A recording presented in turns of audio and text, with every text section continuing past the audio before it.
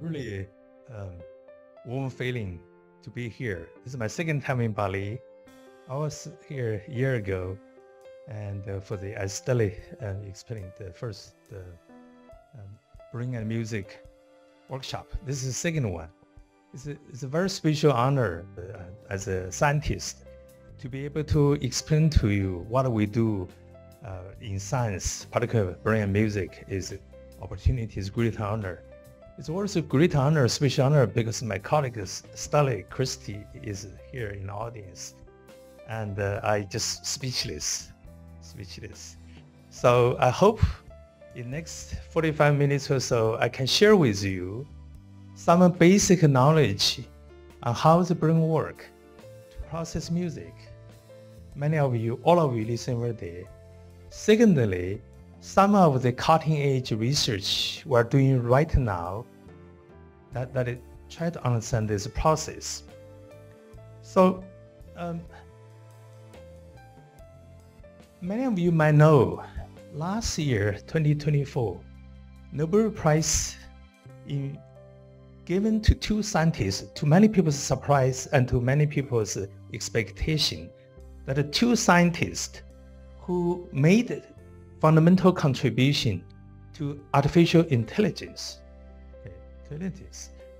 This is really important event in modern science, because until now, computer science was never given Nobel Prize.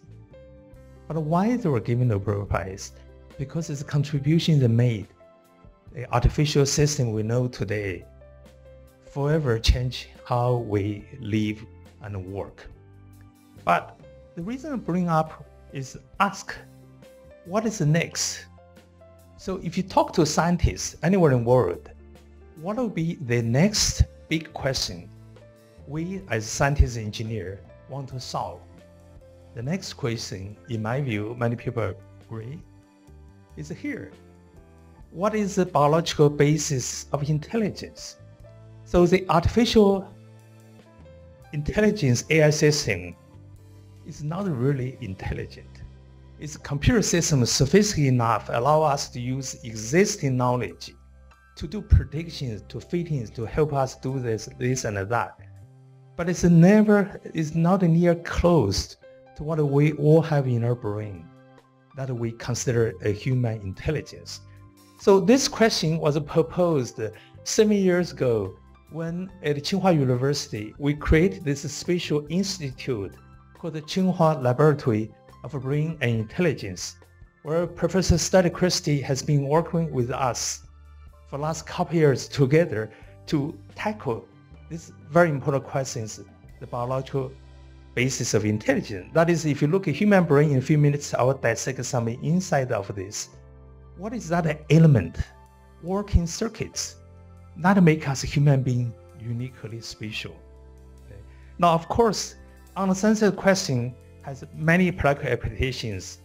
This would allow us to build human-like artificial intelligence system, eventually help us to a better life.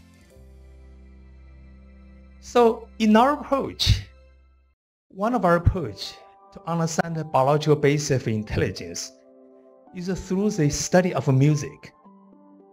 Because we believe music is a window into human intelligence. This is something very unique to us as humans, but we do not yet fully understand why it's so unique and how does our brain process this. This is what brought us to Bali, me and many of my colleagues in the audience. We just finished 2.5 days of exciting scientific symposium with the scientists, engineers, doctors, and musicians. Okay. That's the question we're asking today. Okay. Now, why do we humans listen to music? Every year I teach students at universities. I ask this question. I'm asking question for all of you. We all enjoy music. But why do we listen to music at all? This question, Charles Darwin actually wondered himself long ago.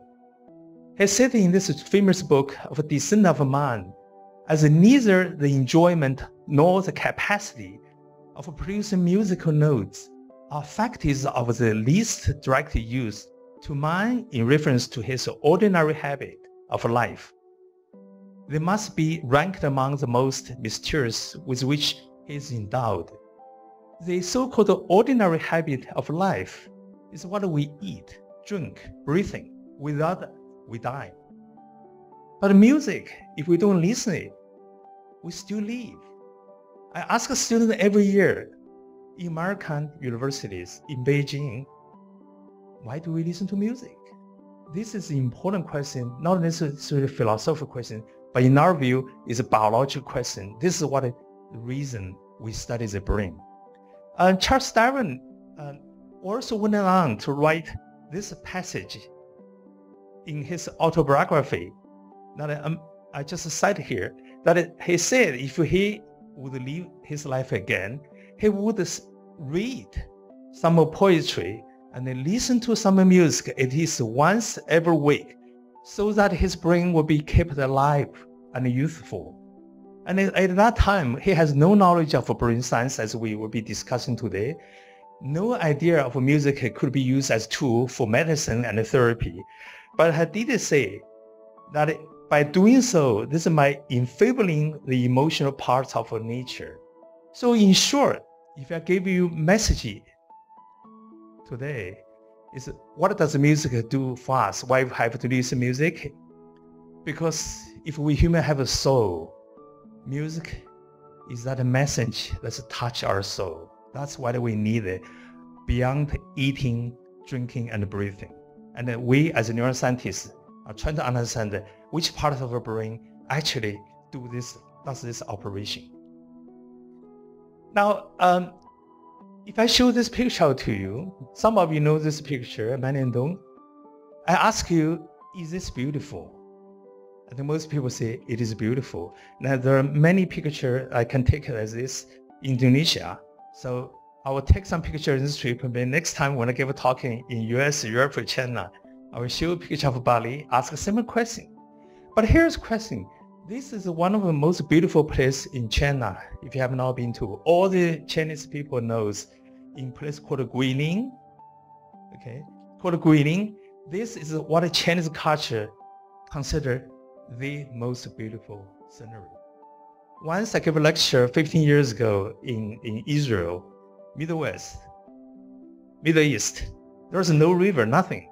I showed this, asked them, is this beautiful? This is beautiful. They've never seen this in their life because it's all desert. Okay.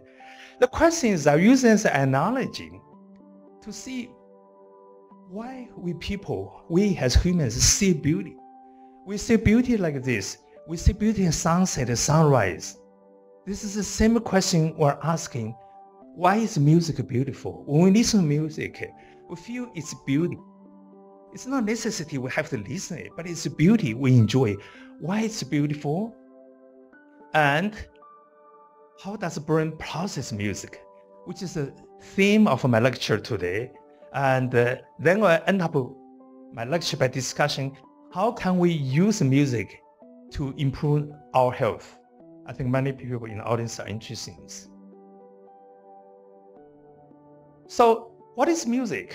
To begin with, I had my initial training as an electrical engineer. I turned into a neuroscientist. So for any engineer, any computer scientist audience, you can immediately understand when someone plays a violin. Okay, when someone plays a violin, general sound, now you can plot in this form: frequency, time, and intensity. If you are musicians, you can further write down the notes of the music that has contents like melody, harmony, rhythm. That's music. That's going into our ear. Okay, depends how you look at it. Now, but how does our brain accept this? So if you can excuse me for a few minutes, I'm a teacher. I teach every year. Just I want to share with you the basic knowledge we already know as a scientist. How does music get into our ear, get in our brain? This is it.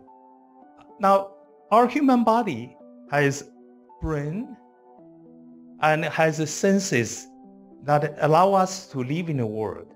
We can see things from visual system, hear from the ear, and feel from the hand, and smell from the nose. And these senses bring the outside information, if you can see down here, into the brain, and the brain make decisions and generate memory emotions, and then tell our hand and foot to act. So if you are musicians, you can play. In a few minutes, you will see pianists play here. That's controlled by this system.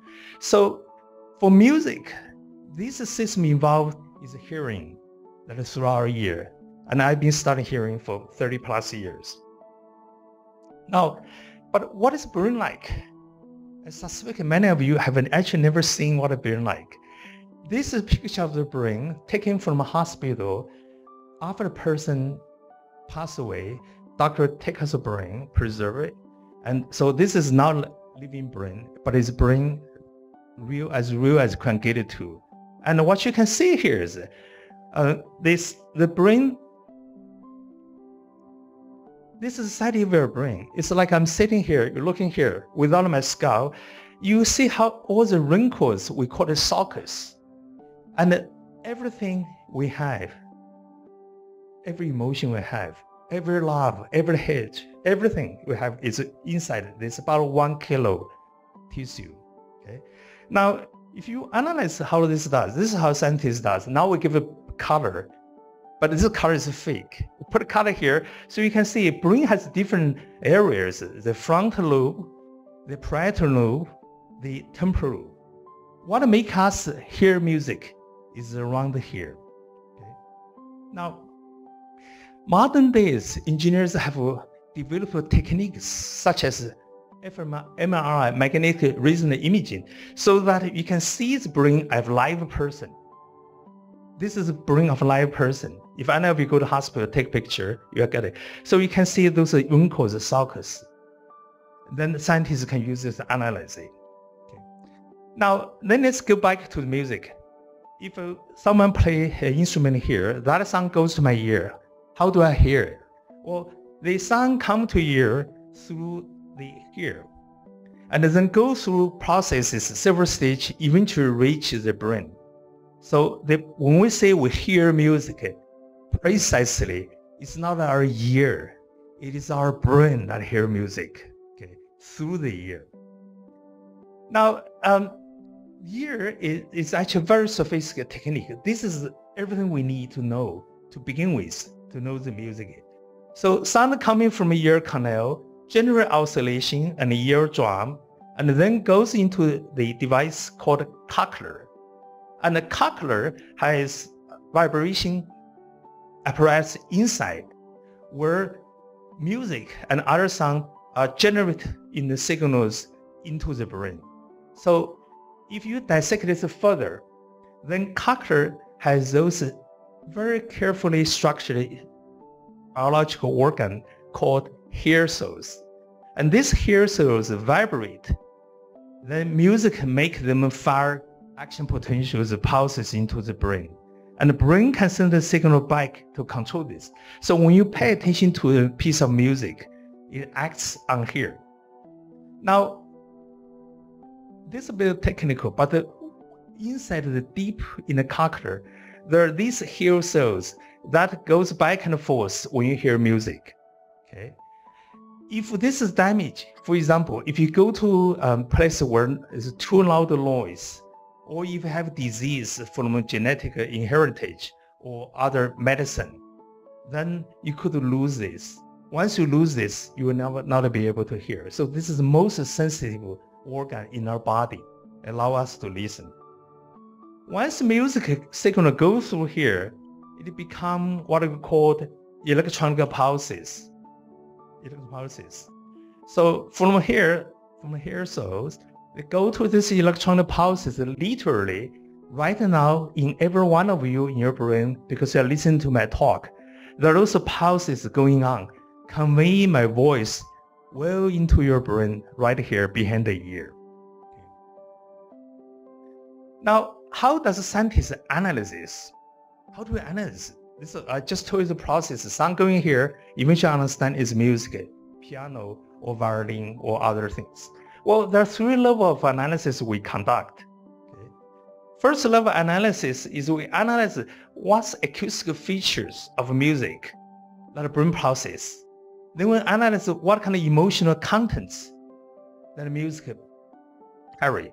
Finally, we answer the question, why music sounds beautiful, aesthetics. Okay. Now, one of the things that's interesting in nature create is that the cochlear, I just explained to you, that is the first apparatus of music processing, sound processing, works like a piano keyboard, literally. So if you expand the cochlear, it's like a piano keyboard.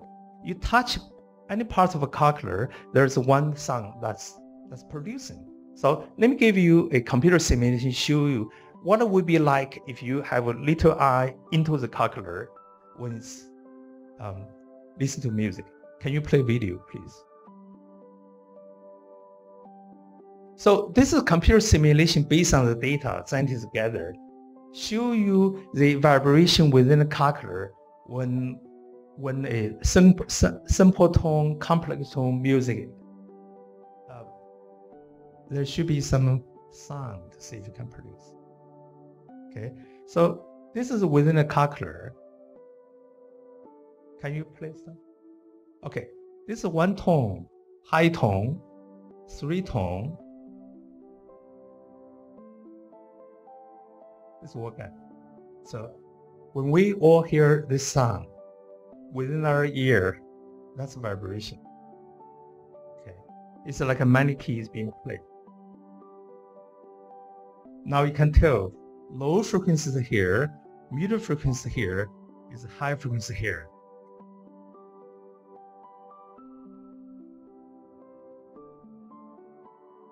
So this gives you a straightforward view of how the piano keyboard generates sound into our ear. But it does not tell you how multiple sounds are combined and give rise to music. Individual keys does not make music.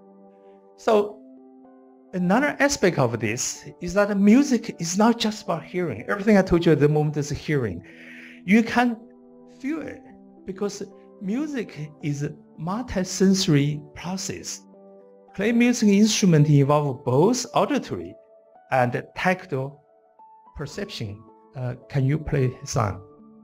This is a video I took yesterday during gamelan performance. Really marvelous, beautiful sound. And is it finished? So anyway, what you can see here, when musicians play music, gamelan or any instrument, not only it generates sound we hear, but it also generate vibration their fingers feel. So that's why when you go to a concert hall, you sitting there, you feel, you hear music, your body have sensors, it feels. It's different than you hear music from earphone. Now, how do human knows there's a vibration? That's because in our fingers,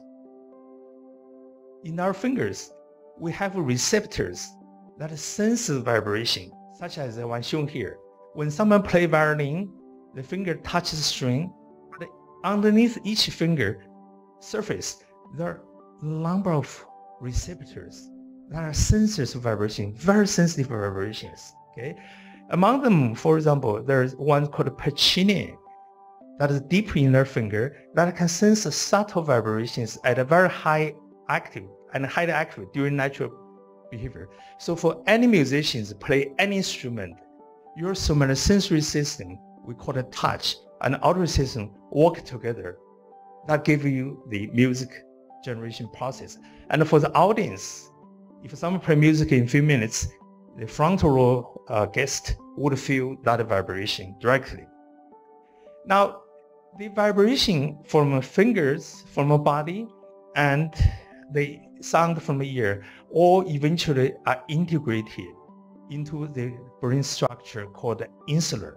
And this is a place, if you have damage, then you lose the sense of music. That's called a multisensory integration. Now, put it all together. When we go to concert hall or go to gamelan performance, we listen to music. How many places in the brain are involved? Many. I will share with you a few. Here shows a view of the brain from the right side and look inside. Different color indicate a different level of processing. Let me give you an example. For example, when you hear music being piano, violin, gamelan, that are different acoustics, it's this part of the brain, green color, audio cortex, that's activated.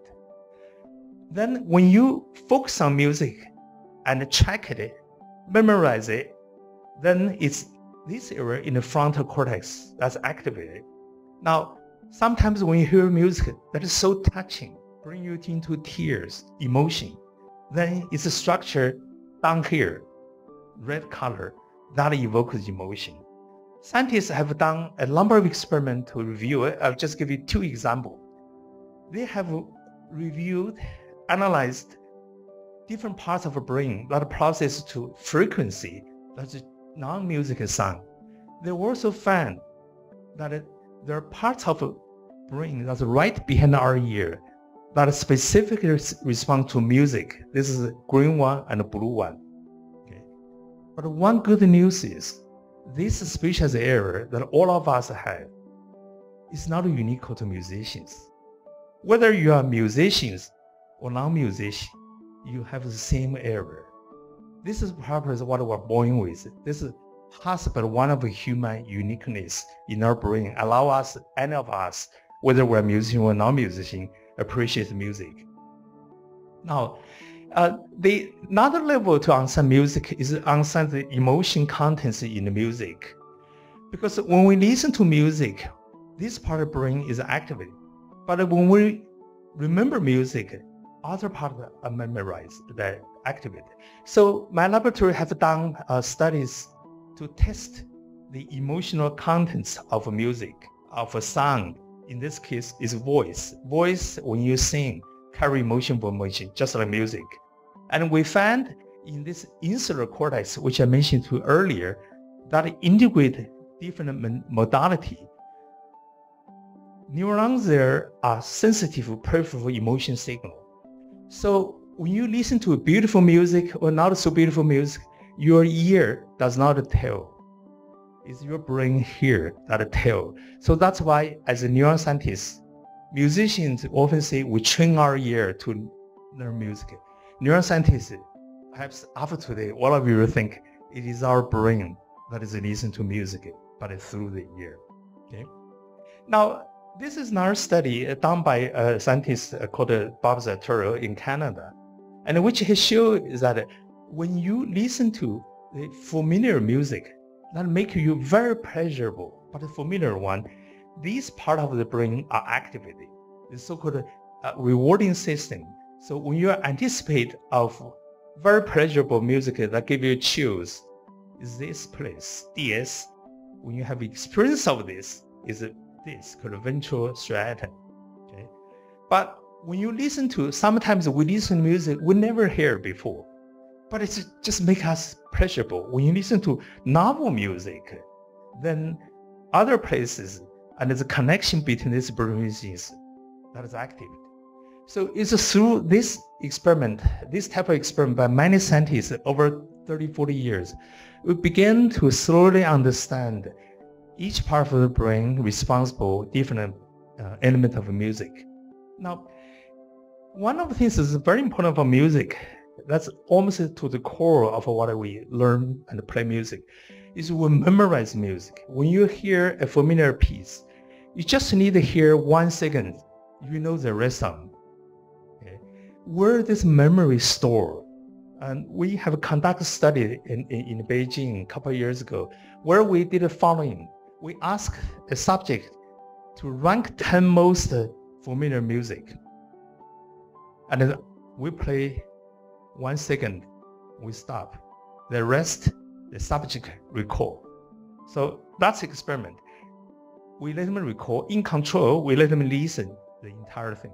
So then, by working with neurosurgeons in the hospital, sometimes the patients, they have tumors and epilepsy that need surgery. Physicians will put electrode there. Then there's a small window we can record what people's response to. This is a very rare opportunity into the human window. Okay? Then we find out that in the part of the brain that when you listen is activated here in the auditory cortex, in the frontal cortex, that when you recall, okay, and this direction of information flow is different, okay.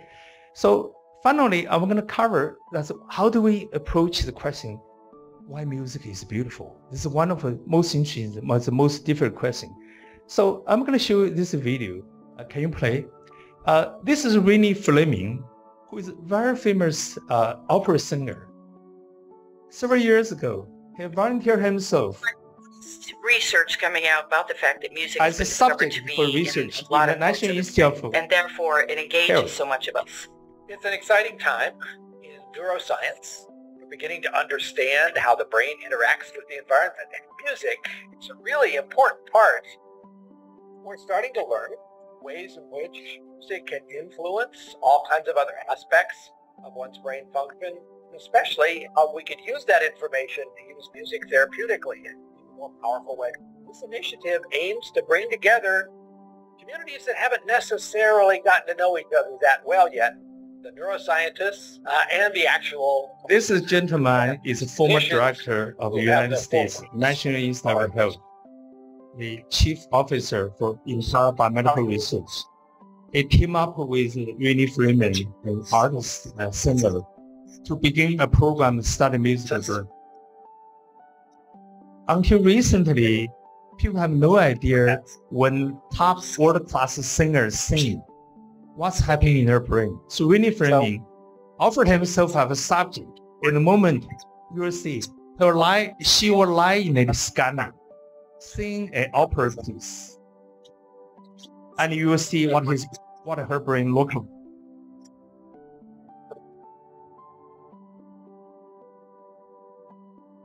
This is what I just came to behind our ear, where music eventually come into.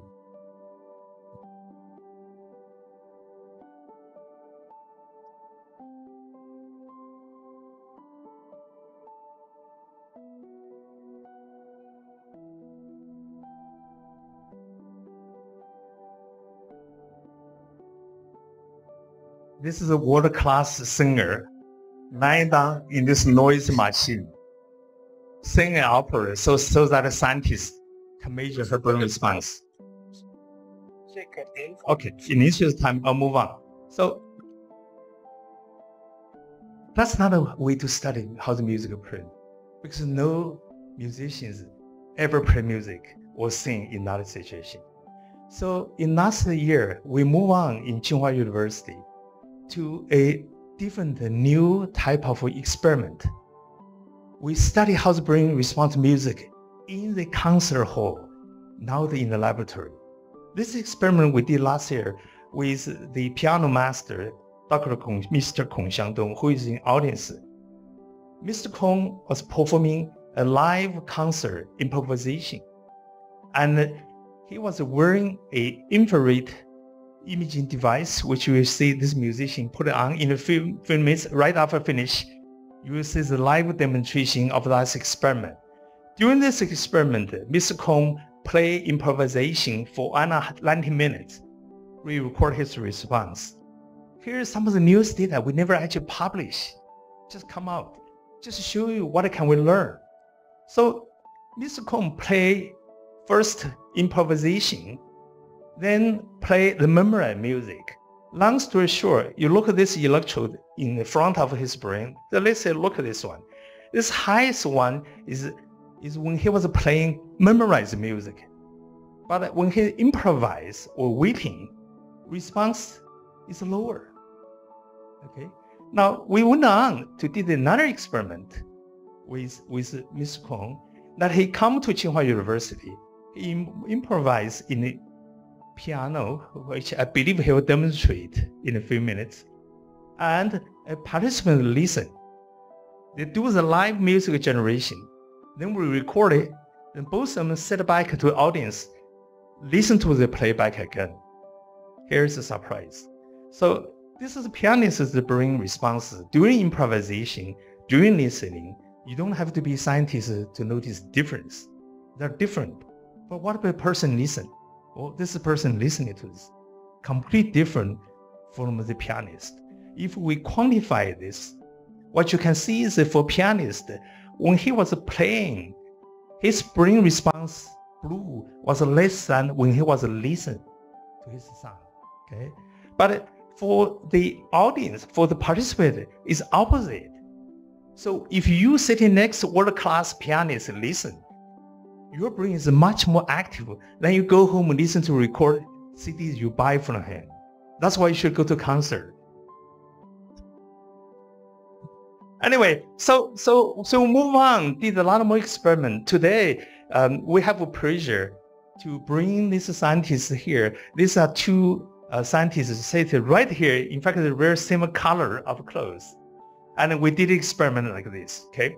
So I'll move on, give you one video showing in that concert. We have a celloist and pianist. Both of them wear this kind of infrared imaging, and we record brain responses. Can you play the video?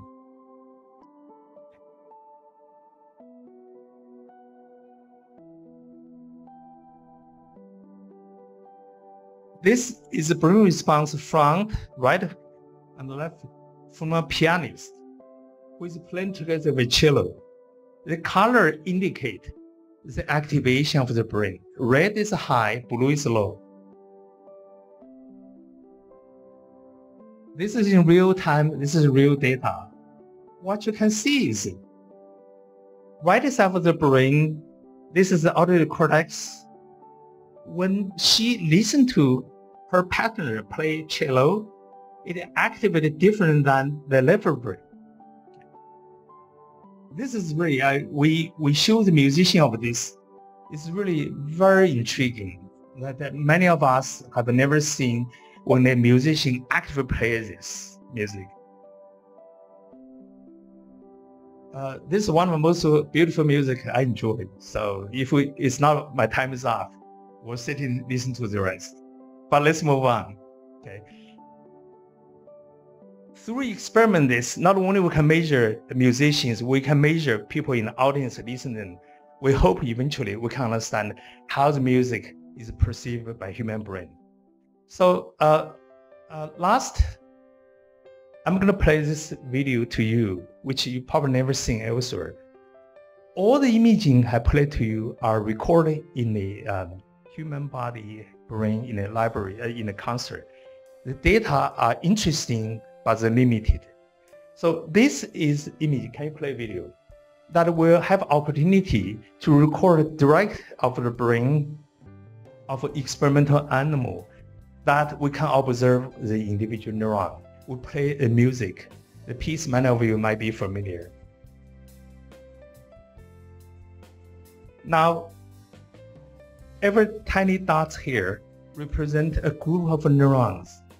In group of neurons, in our brain we have millions and millions of them. Okay. And what you can tell is a different activation in different parts of our brain lights up when different music come and go, percussions, stream music.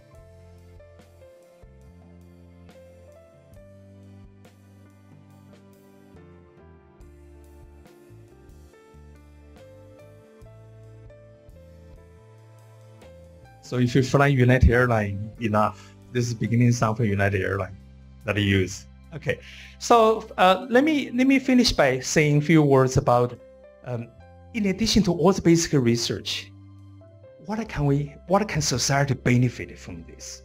After all, direct benefits is something we call music therapy. So several years ago, National Institute of Health in the United States organized scientists to discuss this question. That's not trivial. We all know music can change, get you moving, lift your mood, and even help you recall memory. But can it help your health? This needed rigorous scientific study. We and others together are working on this. Now, what kind of things music can do to improve health? Well, give you an example of music therapy for neurological disorders. For example, aging, Alzheimer's disease, Parkinson's, stroke, autism. All of this could potentially benefit from music therapy that I listed here. And this is a theme of a workshop we have here this year, perhaps in coming year. Okay. So I'm going to skip this. Finally, I'm going to show this. This video shows the music therapy help children with autism played by Professor Zhang Mengyi. She's a musician and a scientist. She's come from singing conservatory music. So these kids are special kids. Normally they cannot function in a proper social way. As you all know, these are autism kids. But Miss Zhang and her colleagues taught these kids from the ground up, learning how to play instrument. Now we see how they perform. This is a very really inspiring example showing musicians and scientists can bring music into the benefits of the society. And Miss Zhang will play with you the instrument that she play in there. Okay, so with that, I'll conclude my talk here. Thank you, and I hope this share with something. Thank you.